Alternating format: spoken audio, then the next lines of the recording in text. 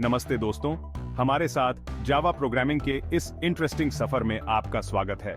जावा एक बहुत ही पावरफुल और वर्सेटाइल प्रोग्रामिंग लैंग्वेज है जो आपके फोन से लेकर इंटरनेट चलाने वाले बड़े बड़े सर्वर्स तक हर जगह इस्तेमाल होती है। यह प्रोग्रामिंग लैंग्वेजेस का स्विस आर्मी नाइफ है जिससे आप लगभग कुछ भी बना सकते हैं। जावा बहुत ज्यादा पॉपुलर है क्योंकि यह दूसरी प्रोग्रामिंग लैंग्वेजेस के मुकाबले लर्न और यूज करने में इजी है। इसके अलावा जावा वर्चुअल मशीन या JVM की वजह से यह प्लेटफॉर्म इंडिपेंडेंट है, यानी एक ऑपरेटिंग सिस्टम पर लिखा गया जावा प्रोग्राम किसी भी दूसरे सिस्टम पर रन हो सकता है। अगर उसमें JVM इंस्टॉल हो, यह कंप्यूटर्स के लिए एक यूनिवर्सल ट्रांसलेटर की तरह है। इस कोर्स में आप सीखेंगे कि जावा का यूज करके कोड कैसे करते हैं। हम बिल्कुल बेसिक से शुरू करेंगे, जैसे कि जावा प्रोग्राम का स्ट्रक्चर समझना, डिफरेंट डेटा टाइप्स के साथ काम करना और वेरिएबल्स का यूज करना। तो तैयार हो जाइए और जावा प्रोग्रामिंग के फंडामेंटल्स की शुरुआत करते हैं।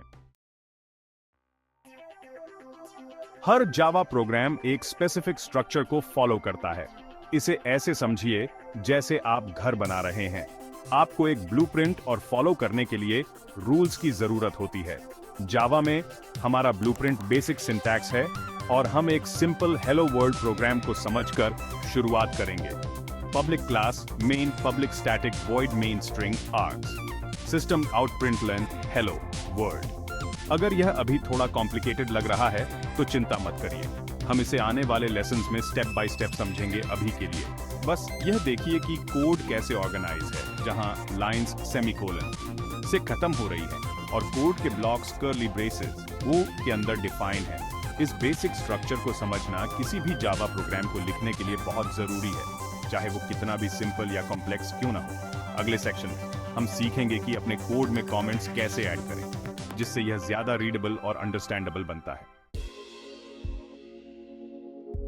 एक ऐसी बुक पढ़ने का इमेजिन करो जिसमें चैप्टर टाइटल्स, हेडिंग्स या पेज नंबर्स ना हो। यह बहुत कंफ्यूजिंग होगा, है ना? प्रोग्रामिंग में कमेंट्स हेल्पफुल साइन पोस्ट्स की तरह होते हैं जो कोड को समझने में इजी बनाते हैं। जावा में आप कमेंट्स दो तरीकों से ऐड कर सकते हैं। Single line comments double forward slashes slash slash का यूज करें। Slash slash this is a single line comment explaining the next line of code n as equal sign 25। Multi line comments comment शुरू करने के लिए का use करें।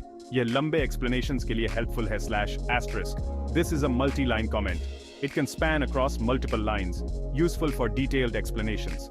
Asterisk slash clear और concise comments add करना मेंटेनेबल कोड लिखने के लिए बहुत जरूरी है। यह आपको ये याद रखने में हेल्प करता है कि आपने कुछ स्पेसिफिक तरीके से क्यों लिखा था और दूसरों के लिए आपके कोड को समझना और उसमें कोलैबोरेट करना इजी बनाता है।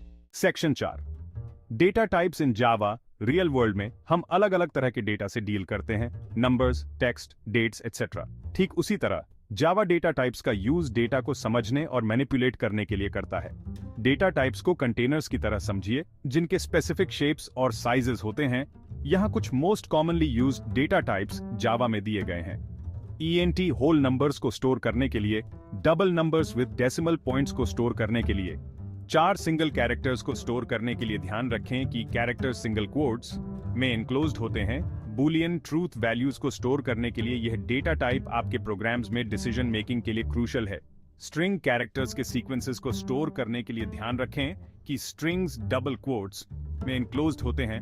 डेटा टाइप्स को समझना बहुत जरूरी है क्योंकि यह आपको सही कंटेनर चूज करने में हेल्प करता है।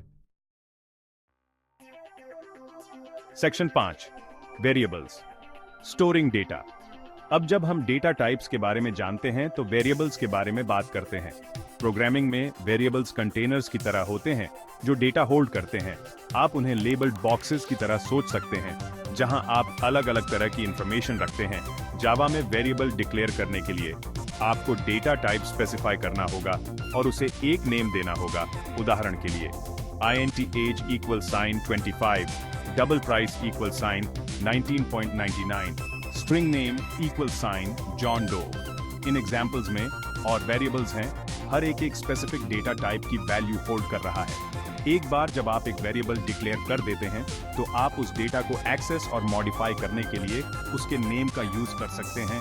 वेरिएबल्स आपके कोड को डायनामिक बनाते हैं जिससे आप अलग अलग वैल्यूज के साथ काम कर सकते हैं और उन पर ऑपरेशंस परफॉर्म कर सकते हैं। Section 6 conclusion and call to action lesson 1 complete करने के लिए बधाई। आपने जावा प्रोग्रामिंग की एक्साइटिंग दुनिया में अपना पहला कदम रख दिया है। आपने जावा की इंपॉर्टेंस, जावा प्रोग्राम के बेसिक स्ट्रक्चर, कमेंट्स कैसे ऐड करें और डेटा टाइप्स और वेरिएबल्स के फंडामेंटल्स के बारे में सीखा। यह तो बस शुरुआत है। आने वाले लेसन्स में हम ऑपरेटर्स, कंट्रोल फ्लो स्टेटमेंट्स और भी बहुत कुछ के बारे में गहराई से जानेंगे। तो सब्सक्राइब बटन दबाएं और नोटिफिकेशंस ऑन करें ताकि आप इस सीरीज के आने वाले लेसन्स को मिस न करें। प्रैक्टिस करते रहिए और याद रखिए, कोड सीखने का सबसे अच्छा तरीका है कोडिंग करके। अगले लेसन में मिलते हैं।